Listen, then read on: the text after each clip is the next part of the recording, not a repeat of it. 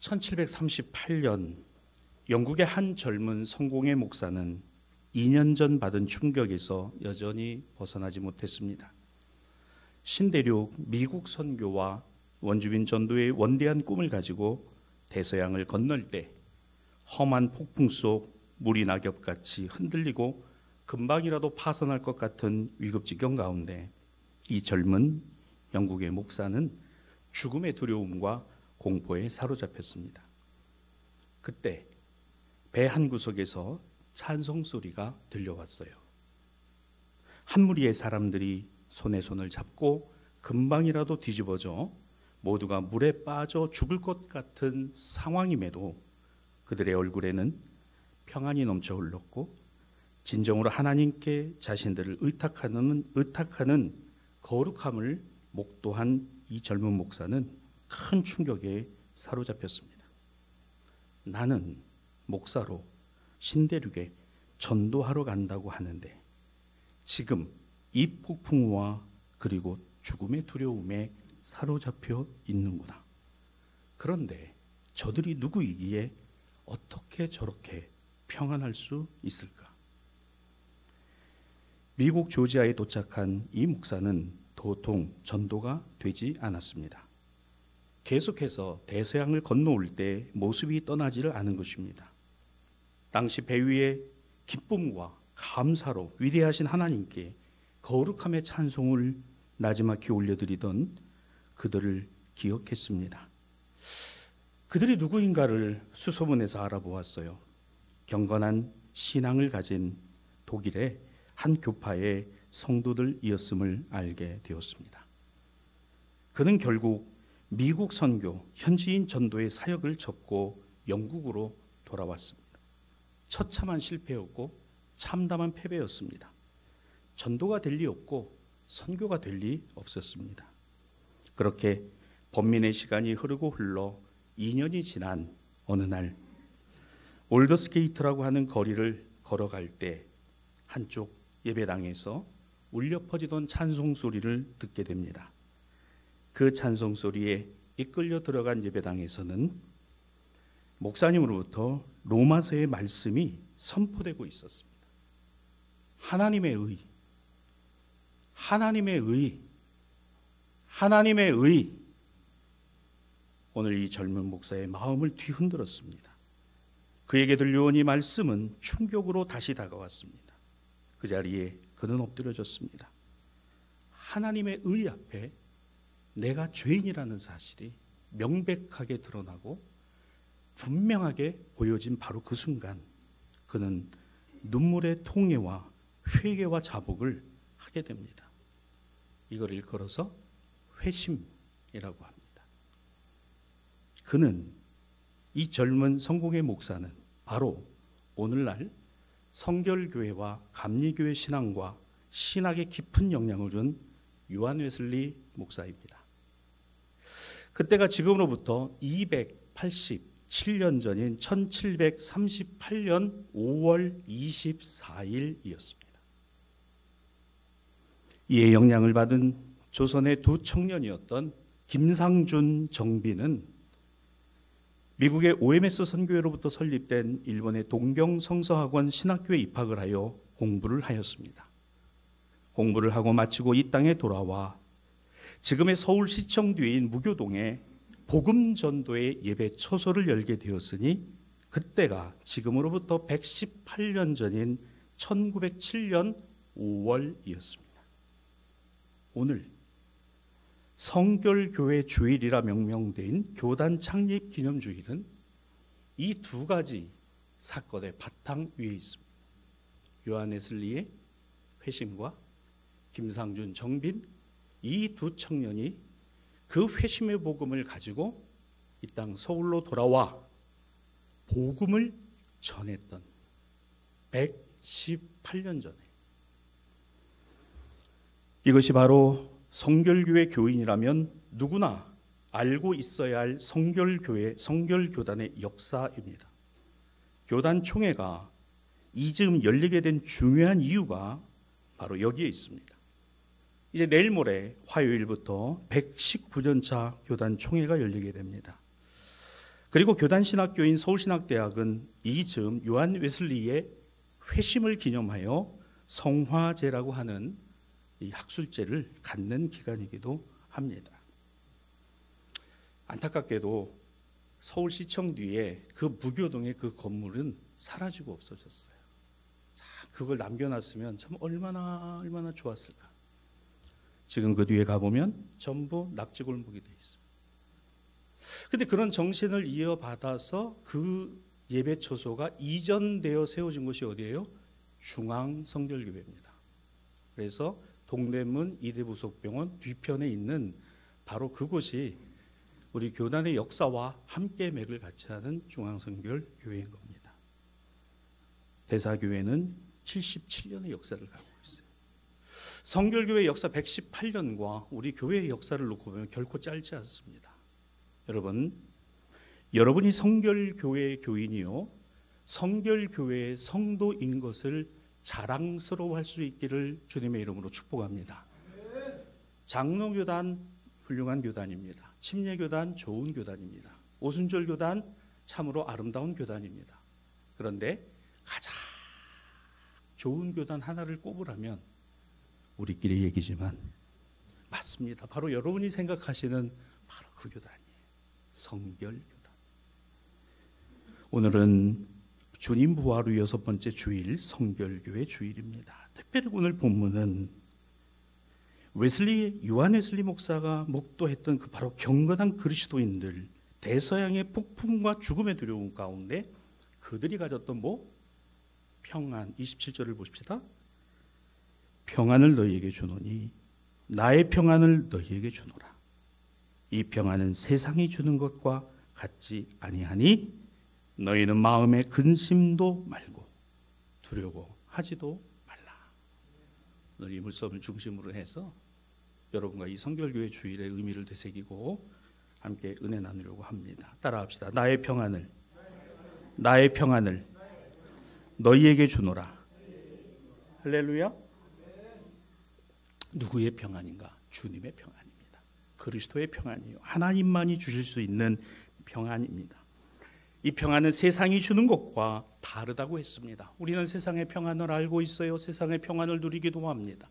세상의 평안을 구하기도 합니다. 세상의 평안이 진짜라고도 생각합니다. 그러나 세상의 평안은 어떤 것일까요? 세상이 주는 평안은 엄밀히 말한다면 나의 평안, 내가 가질 평안인 것이지요. 여기에는 조건이 붙습니다. 여건에 따릅니다. 여건에 좌우되기도 합니다. 상황에 따라서 달라지기도 합니다. 예를 들어 돈이 없고 돈이 있고 조건과 여건이지요. 지위가 낮고 지위가 높아지고 조건과 여건입니다. 건강하고 건강하지 아니하고 그렇습니다. 세상의 모든 것에 나의 평안과 나의 행복은 조건을 따르고 상황을 따르고 여건을 따른다는 거예요. 있어야 할 것이 있어야 되고 없어야 될 것은 없어야 되고. 그런데 그 있어야 되고 없어야 되는 것의 기준이 뭐예요? 나에게 있는 거예요. 세상적인 기준 안에 있는 겁니다. 모든 것이 그렇다는 거예요. 즉 세상에서의 평안은 철저하게 이런 조건과 여건에 맞추어져 있다는 겁니다. 능력이, 힘이, 권력이, 물질이, 조건이 나에게 다 맞아야 한다는 거죠. 반대로 나에게 맞지 않다면 평안하지 않아요. 근심이 찾아옵니다. 걱정이 찾아오고 염려가 찾아옵니다. 그래서 평안은 행복이라는 말과 같이 연결되어 있기도 합니다. 여러분 행복하십니까? 여러분 평안하십니까? 옆분들의 얼굴을 한번 보시기 바랍니다. 바로 그 표정이에요. 바로 그 표정입니다. 나는 행복하고 나는 평안하다. 세상이 주는 것과는 다른 것이 있다. 하나님이 주시는, 주님만이 주실 수 있는 그 평안이 있다. 세상이 주는 평안은 우리가 아는 행복입니다. 결과와 그에 따른 성취에 달려있기도 합니다. 내 눈에 보이는 것이어야 합니다. 그러나 성경은 좀 다른 이야기를 우리에게 하고 있어요. 성경이 말씀하는 평안은 이겁니다. 너의 영적인 상태가 어떤 것이냐? 어떤 조건과 여건이 아니라 그야말로 너의 생각과 인식을 압도하고 있는 주님의 평안이 있느냐? 나의 생각도, 나의 계획도, 나의 계산도, 나의 앞길도 누구에게 있습니다? 주님께 있습니다. 이게 압도하는 은혜예요. 내가 주님을 주도해가는 신앙과 믿음은 이단입니다. 우상입니다. 그건 믿음이 아니에요. 주님이 나를 압도해야 그게 신앙이요, 참된 믿음이라는 것이에요. 그래야 그 평안이 있다는 겁니다. 힘들어도 어려워도 낙심의 상황 와도 고난이 찾아오고 흔들리는 비바람과 폭풍 속에서 죽음의 두려움과 공포를 느끼는 것은 모든 사람이 다 마찬가지지만 무엇이 있고 없고, 여러분 그 죽음의 두려움과 공포 안에 돈이 무슨 소용이 있어요? 건강이 무슨 소용이 있습니까? 지금 당장 내가 죽을 수도 있고 내가 여기서 끝날 수도 있는데 그 순간 내가 너와 함께 있어. 오늘 이 주님의 말씀이 나의 힘이 되고 나의 능력이 되고, 그렇습니다. 우리는 그러므로 나의 생각과 인식이 주님을 주도해 가서는 안 된다는 거예요. 주님이 나를 압도하고 계셔야 된다는 거예요. 그래서 이렇게 정리해 봅니다. 절대적인 평안은 삶의 현실 조건, 여건과 상관이 없다. 상관이 없다. 조금의 영향은 있어요. 조금의 영향은 있습니다. 그러나 뭐는 아니다? 절대적인 건 아니다. 돈이 많아야 행복한 거 아니에요. 권력의 권부의 권좌의 높은 자리에 올라갔다고 행복한 거 아닙니다. 좋은 집 살고 큰 집 사는 게 다 행복만은 아니에요. 조금은 있어요. 그러나 절체는 아니고 절대적인 건 아니더라는 거예요. 주님의 평안, 주님의 평안, 주님의 평안이, 이것을 성경은 우리에게 참된 평안이라고 가르칩니다. 예수 그리스도를 통하여 주시는 평안입니다. 이 평안은 하나님의 사랑의 평안입니다. 자, 그럼 예수님의 이 말씀을 우리가 이해했어요. 정말 그럴 수 있을까? 이제 우리 생각해 봐야 돼요. 정말 그럴 수 있을까? 정말 나에게도 이런 평안이 있을 수 있을까? 나에게 이런 믿음이 있을 수 있나? 그러면 먼저 예수님께서 이 말씀을 우리에게 주셨을 때, 오늘 요한복음 14장 본문을 우리가 한번 살펴봅니다. 여러분, 이 요한복음 14장의 본문은요, 십자가 죽으심 이전에 있었던 일이잖아요. 즉 다시 말하면 예수님께서는 십자가를 지시고 고난받고 죽으셔야 하는 사실을 뭐예요? 앞에 놓고 있는 겁니다. 알고 계신 겁니다. 그런데도 그 길을 가시는 겁니다. 그 앞에서 주님의 말씀이에요. 내 앞에 어려움이 있어요. 당장에 고난이 있어요. 나는 그걸 알고도 있습니다. 야, 그렇게 신앙생활, 믿음생활 하는 거 정말 쉽지 않겠다. 때로는 어떤 우리가 세상의 일이나 여러 가지 상황 가운데에서도 야, 이건 도저히 내가 헤어날 수가 없겠다. 방법이 없다. 그런데도 기도하고, 그런데도 주님의 은혜를 구하는 이유가 뭘까? 예수께서는 이거 다 아시면서도 오히려 당신의 제자들에게 저자들을 다독이시면서 평안, 평안, 내가 너희에게 평안을 주노라. 당신 앞의 길이 험산 질곡임에도 불구하고 당신 입에서 나오는 말은 축복의 말이 나오더라는 거예요. 여러분, 이게 그리스도인의 가장 중요한 모멘텀이에요. 무슨 말입니까? 신앙적인 어떤 하나의 중심이 뭐냐면 내가 행복해서 너가 행복해야 된다는 게 아니에요. 나의 행복은 주님을 붙들은 행복이니 어려워도 힘들어도 낙심돼도 절망돼도 실패해도 안 돼도 아멘 안 해도 주님이 나를 붙들고 계시니 이 평안과 행복이 너에게 있기를 원한다. 그렇습니다. 그러니까 이건 내가 주는 게 아니고 세상이 주는 것도 아니고 누구가니? 주님만이 주실 수 있는. 폭풍우가 몰아칩니다. 정말 나라면 정말 그런 상황에서 그럴 수 있을까? 오늘 성경이 저와 여러분에게 묻고 있는 질문이에요. 여러분이면 그럴 수 있느냐? 환난과 고난이 사라지지 않았습니다. 오히려 환난과 고난이 앞에 있어요. 어려운 현실이 있습니다. 고난의 비바람이 몰아칩니다. 환난의 물결이 넘실거립니다. 그리고 다 무너질 것 같고 망할 것 같고 패할 것 같고 없을 것 같은데, 성경은 이런 인생의 배 위에 있는 너의 인생 가운데 계시는 예수님을 바라보고 그 주님이 너의 인생의 배 위에 계시지 않느냐. 마가복음 4장 39절로 40절 예수님께서는 그 배 위에서 제자들에게 말씀하심은 어찌하여 이렇게 무서워하느냐? 너희가 어찌 믿음이 없느냐? 이거는 갈릴리 바다가 평안하고 안정될 때 신앙적인 권면하자고 하신 말씀이 아니에요. 주님, 지금 우리가 죽게 되었습니다. 주님, 지금 우리 가정이 무너지게 생겼고 내 생업이 지금 무너지게 생겼습니다. 주님, 어떻게 합니까? 어찌하여 그렇게 무서워하느냐? 너희가 어찌 믿음이 없느냐? 그 믿음은 너 믿음 가져라라는 게 아니라 지금 그런 너의 인생의 배, 너의 생업의 배 위에 누가, 내가, 주께서 어떻게 함께 있지 않냐? 함께 있지 않냐? 십자가를 눈앞에 두고도 가지신 예수님의 평안을 예수께서는 제자들에게 친히 보여주시고 오늘 모든 근시가 고난 속에서 갖는 참된 평안이 무엇인가를 말씀하고 우리에게 전해주셨으니 우리가 기억해야 될 것은 또한 이겁니다. 예수님으로 평안하고 예수 믿음 안에 행복이 있다는 거예요. 예수님을 믿음으로 행복하다. 예수님 안에 평안이 있다. 주님 안에 평안이 있고 주님 믿음으로 행복하다. 예수께서 친히 가지고 계셨던 평안이 바로 이것입니다. 주님만이 주실 수 있는 절대적인 평안을 저와 여러분이 누릴 수 있기를 바랍니다. 예수님 말씀하신 참된 평안, 그래요, 하나님과 관계 안에서의 평안이지요. 막힘이 없는 관계입니다. 이걸 뭐라 그래요? 형통이라고 하잖아요. 여러분, 형통이라는 게 막힘이 없다는 거예요. 여러분, 막힘이 없다는 것에 가장 중요한 것이 있습니다. 하나님과의 막힘이 없게 되기를 바랍니다. 교회와 막힘이 없기를 바랍니다. 주의 종과 막힘이 없기를 바랍니다. 이거 중요하다는 거예요. 성도들과의 막힘이 없어야 된다는 거예요. 근데 우리 기도가 꼭 어디에 가서 막힘이 없길 원하면요, 주님, 물통, 돈통, 권력통,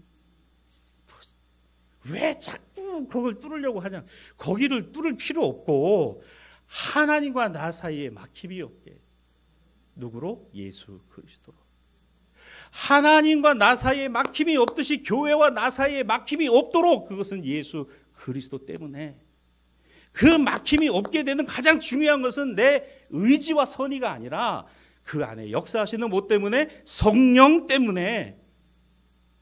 교동문에 우리가 말씀을 나눴잖아요. 평안에 매는 줄로 성령이 하나 되게 하신 것을 힘써 지키라. 성령이 하나 되게 하신 것을.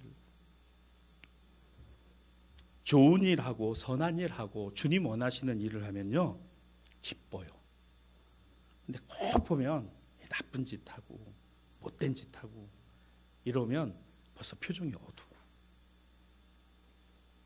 주님을 향하여 형통함이 있고 그리스도를 향하여 막힘이 없고 은혜에 형통한 사람이 되면 우리 옆분들 쳐다보시기 바랍니다. 우리 바로 그런 표정이 되는 거예요. 여러분, 이게요, 얼마나 좋은 일인지 몰라요. 얼마나 기쁜지. 예수님이 친히 가지고 계셨던 평안입니다. 분명히 말씀합니다. 그러므로 우리가 기억합시다.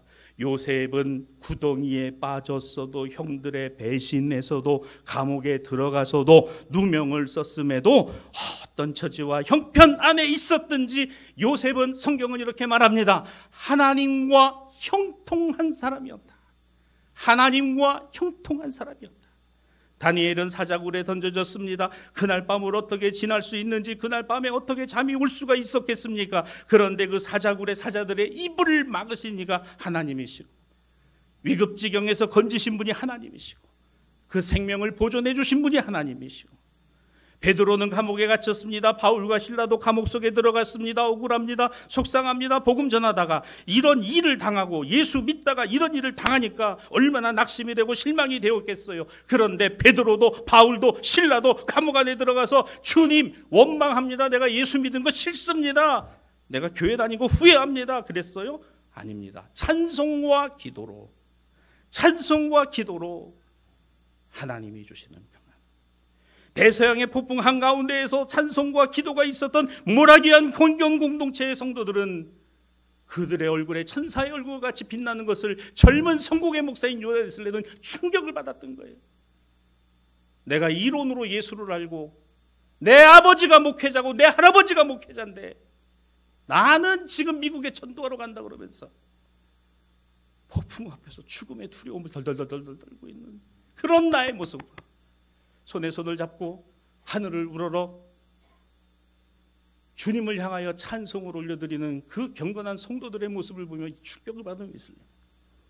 어느 날 2년이 지난 그 어느 날 1738년 5월 24일 주님의 은혜가 강력하게 임하고 그 자리에서 그가 꼬꾸라지고 회심하고 그의 인생이 180도로 오늘날 성결교회와 감리교회 신앙의 중심이 되었다. 여러분, 그래서 우리 성결교회 신앙과 믿음은 이 회심에 관하여 아주 중요하게 생각하는 거예요. 이게 왜 여러분 중요할까? 어떤 면으로 놓고 보면 우리에게 있어서의 나의 신앙과 믿음이 우선인 것이 아니라 나를 향한 하나님의 은혜와 긍휼이 우선한다라는 사실을 깨닫는 거예요. 힘들지? 내가 너와 함께 있어. 어렵지? 내가 너를 잊지 않았어. 답답하지? 내가 너의 사정과 형편을 알아. 주님, 내가 이렇게 하면 이런 형편에서, 이런 처지에서, 이런 상황에서 벗어날 수가 있을까요? 이렇게 벗어나기를 원합니다. 아니에요. 그게 중요한 게 아니에요. 내가 너와 함께 있어. 내가 너의 어려움을 알아. 내가 너의 답답함도 알아. 내가 너의 속상함도 알아. 그게 우선이고 그게 먼저라는 거죠. 자, 이 평안이 그러면 이제 우리에게 어떻게 나타날까? 여러분에게 세 가지로 정리해서 말씀드리고 함께 은혜 나눕니다. 첫째는 이거예요. 그 주님으로부터 오는 평안은요, 죄사함의 은혜와 구원의 감사입니다. 죄사함의 뭐예요? 은혜, 구원, 감사입니다. 이 죄사함과 구원은 나에게 있는 게 아니라 나에게 허락된 거예요. 그리고 내가 하는 게 아니라 주님이 하시는 겁니다. 내 죄를 사하시고 나를 건지시고 나를 구원하시고 나를 하나님의 자녀로 인쳐주셨다. 여기서 오는 평안입니다. 죄가 있는 곳에는 평안이 없어요. 죄인은 평안이 아니라 불안으로 점철된 삶을 살아갑니다. 이런 사람에게 죄의 문제가 해결되고 사면되고 용서되고 건져지고 새 삶을, 오늘 그 옥문이 활짝 열리고 세상을 향하여 나올 수 있다면 얼마나 그것이 기쁨이고 행복이고 감사이겠습니까? 사람에게는 탐욕이 있습니다. 소유의 욕심이 있습니다. 이루고자 하는 성취의 욕심도 있습니다. 모든 것을 다 가져야 행복할 것이라고 생각합니다. 좋아 보이는 것과 가져야 하는 것은 다릅니다. 좋아 보인다고 다 가질 수 있는 거 아닙니다. 탐욕은 이 경계를 넘어서는 거예요. 그래서 소유욕과 연결이 되지요. 내가 없어서의 문제가 아니라 남이 나보다 더 좋은 것 같고 더 많이 갖고 있다고 생각하니까 불안하고 두렵고 힘들고 어려운 거잖아요. 비교의 문제가 돼버린 겁니다. 여러분, 비교하면 불행합니다. 그러나 그 비교가 아니라 오늘 그것에 감사하면 기쁨이고 행복이 있어요. 잘나도 감사, 못나도 감사. 근데 솔직히 여러분, 잘난 것도 없고요. 예뻐도 감사, 못생겨도 감사. 여러분, 예쁜 것도 사실은 시간 지나면 다 쭈글쭈글 해주고 다 그래요. 여러분, 그거 아무것도 아니잖아요. 있어도 감사, 없으니까 불만. 아유, 여러분, 있어야 얼마나 있고. 예. 인터넷 기사를 읽다 보니까 그런 게 있더라고요. 주식이 한참 잘 올라갈 때 그거를 샀다는 거예요. 사가지고 승승장구해서 올라갔는데 지금은 10,000원 주고 산 게 2,000원이래요. 8,000원 다 날라갔어요. 그래서 행복해요? 여러분, 내가 없어서가 문제가 아니에요. 남이 나보다 더 많이 갖고 있다는 게 자꾸 보이는 거예요. 내게 있는 것이 좋아 보이지가 않는 거예요. 저게 더 좋아 보이는 거예요. 그러니까 불만인 거예요. 또 있습니다. 화가 일어나요. 분노가 일어납니다. 자기 생각과 마음을, 자신을 다스릴 줄 몰라요. 그래서 후회할 행동을 하지요. 하지 말아야 할 말을 하고 혈기를 부립니다. 그리고는 금방 후회하느라고 괴로워요. 평안이 없는 겁니다. 내가 주이기 때문에. 나의 나됨이 은혜가 아닌 나의 의가 나를 되게 했다는 거짓말에 잘 속아요. 겸손하게 인정하지 못합니다. 허황된 생각에 사로잡혀 있어요. 욕심과 사욕의 노예가 됩니다. 자기 아니면 안 된다고 생각해요. 슬며시 교만이 나의 주인이 돼서 나를 조종하고 움직여집니다. 너 아니면 안 돼. 너 아니면 안 되는 거야. 평안이 없습니다. 또 있어요. 물질이 많아지면 행복이 저절로 될 거라고 생각합니다. 그러나 그런가요? 오히려 그 과정에서 필연적으로 따르는 근심과 염려와 걱정과 불안에 휩싸인 것을 우리 세상 안에서 보잖아요.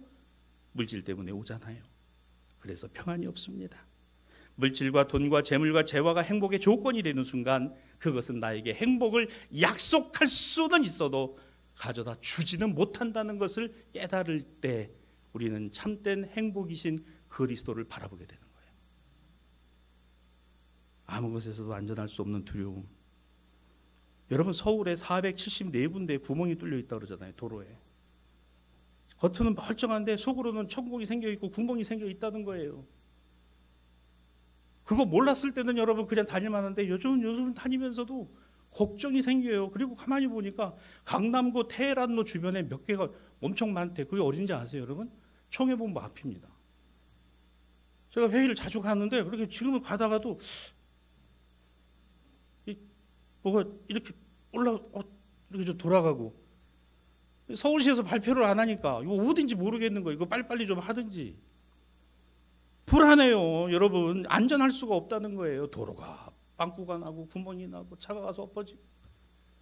멀쩡하게 시장을 보고 있는데 차가 돌진해서 달려들어서, 그래서 횡단보도 서 있을 때도 여러분 그냥 이제는 서 있는 게 아니라 항상 이 철제 뒤에 여러분 신호등 뒤에 이렇게 숨어서 뭐가 들어와도 막을 수 있도록 하고, 유리창이 큰 가게 도로변에 있는데 들어가서 커피 한 잔을 마셔도 안전하게 있는 것이 아니라 저기 다니는 차가 갑자기 일로 들어오지 않을까? 한 치 앞도 내다보지 못하는 불안함이. 그런데 더 나은, 더 좋은, 더 상황이, 조건이, 여건이 나아진 세상과 시대라고 말하지만 오히려 우리는 더 불안하고 더 염려되고 더 걱정되는 삶을 살아가는 것. 여러분, 세상, 사람, 그 안에 있는 죄의 문제, 이것은 여전하다라는 것을 우리에게 보여주고 있는 것입니다. 여기에 이런 세상과 사람들에게 주께서 십자가 지시기 전 참 평안을 약속하셨어요. 그러며 부활의 주님이 제자들에게 오셔서 하신 첫 번째 말씀이 뭐였습니까? 너희에게 평강이 있을지어다. 너희에게 평안이 있을지어다. 주님, 오늘도 생업의 자리로 나갑니다. 오늘도 가게 문을 열려 나갑니다. 주님, 주님의 평강을 주시옵소서. 주님, 오늘도 가정으로 돌아왔습니다. 오늘 하루도 감사합니다. 주님, 건강하게 이렇게 들어왔습니다. 주님 잠자리에 듭니다. 주님의 평안으로 주님의 꿈을 꾸게 하시고 주님의 은혜 안에 새날을 맞게 해 주옵소서. 아침에 일어났습니다. 생명을 주셨어요. 호흡하게 하셨습니다. 기동하게 하시고 일어나게 하셨습니다. 얼마나 감사한지 몰라요. 여러분, 제가 비밀 하나 알려드릴게. 감사하면 오래오래 건강하게 사실 확률이 많이 높대요. 오래오래 어떻게? 건강하게. 오래오래 건강하게. 여러분, 오래 사는 것이 중요한 게 아니라 건강하게 오래 사는 게 좋죠. 그리고 그런 소원이 있잖아요. 주님, 잠자다가 고통 없이 주님 만나기 원합니다. 그 오해 있어요. 내가 주는 평안은 세상이 주는 평안이야. 주님의 평안은 참된 평안이라는. 두 번째로 이것을 기억합시다. 성령을 통하여 알게 하시는 평안, 즉 성령을 통하여 주시는 평안이 참된 평안이라는 거예요. 요한복음 14장 26절입니다. 보혜사 곧 아버지께서 내 이름으로 보내실 성령, 그가 너희에게 모든 것을 가르치시고 생각나게 하시리라. 성령이 오시면, 성령이 임재하시면, 성령 안에 있으면 모든 것을 가르치시고 모든 것을 생각나게 하신다. 진정한 하나님의 뜻을 알게 하시겠다는 것이죠. 그 뜻이 뭘까요? 저는 평안이라고 생각합니다. 하나님의 뜻은 우리가 평화하고 평안하고 평강되기를 원하십니다. 그렇죠? 왜요? 모르니까 불안한 거예요. 안 보이니까 불안한 겁니다. 잘 모르니까 두렵고 겁이 나는 거예요.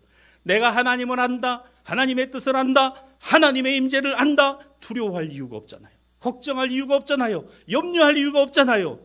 안 믿으니까, 모르니까, 그렇게 생각 안 하니까 두려운 거예요. 그 안에 평안이 있으면 하나님의 뜻이요, 두려울 것 없고 무서울 것이 없어요. 우리 교회에 하나님께서 이렇게 귀한 우리 아가들을, 오늘도 중층의 아가들이 예배를 드리는데 찬송할 때까지 찬송을 하고 손을 들고 그냥 쪽쪽이를 빨고 있으면서도 찬송을 하고 움직이는 참, 저 아이들을 보면, 여러분, 아이들이요 부모님의 품 안에, 부모님의 바운더리 안에 있을 때 뭘 느껴요? 행복을 느끼고 평안을 느낍니다. 부모님의 그늘 아래 슬하에 있을 때 평안을 누리는 게 자녀들이에요. 마찬가지입니다. 하나님의 품과 하나님의 임재 안에 있으면 우리는 뭘 느낄까? 행복과 평안을 누린다. 할렐루야. 이것을 우리로 알게 하시고 우리로 가르쳐 주시고 우리로 믿게 하시는 이가 계시니 보혜사 성령. 보혜사 뭡니까? 우리의 옆에 계신다. 우리를 도와주신다. 우리에게 위로자가 되어주신다. 우리를 격려해 주신다. 우리를 끌어안아 주신다. 성령께서 우리로 예수 그리스도의 품 안에, 하나님의 품 안에. 에베소서 4장 3절 오늘 교동문에 있는 본문처럼 이 평안에 매는 줄로 성령이 하나 되게 하심을 성도라 말합니다. 교회라고 말하는 거예요. 고린도후서 13장 11절에 형제들아 기뻐하라. 온전하게 되며 위로를 받으며 마음을 같이하며 평안할지어다. 또 사랑과 평강의 하나님이 너희와 함께 계시리라. 성도와 교회를 향한 바울의 축복입니다. 기뻐하라. 온전하게 되며 위로를 받으며 마음을 같이하며 평안하라. 하나님은 사랑이시니 하나님은 평안, 평강, 평화이시니 그 하나님이 너희와 함께 계시리라. 이 주님이 대사 성도들과 함께 하시리라 하실 줄 믿습니다. 끝으로 기다림의 소망 중에 있는 평안이 있어요. 평안은 내가 기다리고 소망하는 중에 일어나고 있게 되는 것이다. 요한복음 14장 28절은 내가 갔다가 너희에게로 온다 하는 말을 너희가 들었다. 어디를 가신다는 건가? 십자가 지러 가신다는 거죠. 예수님. 본문은요, 죽으러 가신다는 말이죠. 또 부활 승천하셔서 그리고 다시 오실 재림의 약속을 여기에 담고 계신 겁니다. 이게 요한복음 14장 28절이거든요. 로마서 8장 28절에 보면 우리가 알거니와 하나님을 사랑하는 자 곧 그 뜻대로 부르심을 입은 자들에게는 모든 것이 합력하여 선을 이룬다, 이 말씀이 있어요. 부르심을 입은 자들, 그들은 하나님을 어떻게 해요? 사랑하는 사람들입니다. 성도요, 교회입니다. 그들은 그래서 어떻게 해요? 기다려서 봅니다. 모든 것이 합력하여 선을 이루는 것을 보는 겁니다. 내가 하나요? 주님이 하신 거예요. 사람의 마음을 바꾸는 것도 주님이 바꾸세요. 사람의 인생의 길도 변경하시는 것도 주님이 변경하세요. 그는 어떤 사람일까? 하나님을 사랑하는 사람입니다. 그 하나님의 임재를 갖고 있는 사람이에요. 기다릴 줄 아는 사람입니다. 참고 인내하는 거예요. 그래서 반드시 그 가운데 이루어 가시는 하나님의 역사를 보고 깨닫게 되는 거예요. 하나님 이렇게 하시는구나. 하나님 그때가 아니라 이때를 위해서, 하나님 그래서 그때 저에게 그렇게 안 하게 하신 거구나. 그래서 지금 이 일이 이렇게 되는 것이구나. 나는 일하지만 일을 이루시는 분이 하나님이시구나. 나는 계획했지만, 나는 기도했지만, 나는 간구했지만 그 일이 합력해서 선을 이루시는 분이 하나님이심을 나로 어떻게 알게 하시고 보게 하시고 깨닫게 하시고. 그래서 이제 지금부터 여러분의 자녀들을 잘 보세요. 전혀. 여러분, 나아만은요, 그 더럽다고 자기가 생각한 그 물에 한 번, 두 번, 세 번, 몇 번까지? 7번 들어가기 전까지 아무 변화도 없었어요. 기다려보세요. 때와 기한이 하나님께 있고 우리에게 가장 좋은 것으로 응답하신다. 내 자녀의 모습은 지금의 이 모습이 완성이 아니라 하나님의 손에서 다듬어지고 만들어지고 세워지고 쓰여지고 이어갈 줄 믿습니다. 말씀을 정리합니다. 이렇게 하시는구나. 그렇습니다. 참 평안을 주시는 분은 예수 그리스도뿐이에요. 우리 안에 참 평안을 알게 하시고 믿게 하시고 가지시게 하시는 분이 성령이십니다. 성령 충만하십시오. 기도에 성령 충만의 기도가 있기를 바랍니다. 주님을 떠나 말씀 밖에 기도 없이 잠시라도 있어 보시기 바랍니다. 그러면 어때요? 평안이 없어요. 두려움이, 걱정이, 염려가. 아무리 내가 선교의 비전을 갖고 있고 전도의 열정을 갖고 있고 그게 다 아니에요. 내 안에 이 죄성이 여전히 나를 사로잡아 오는 것을 바울은 본다 그랬어요.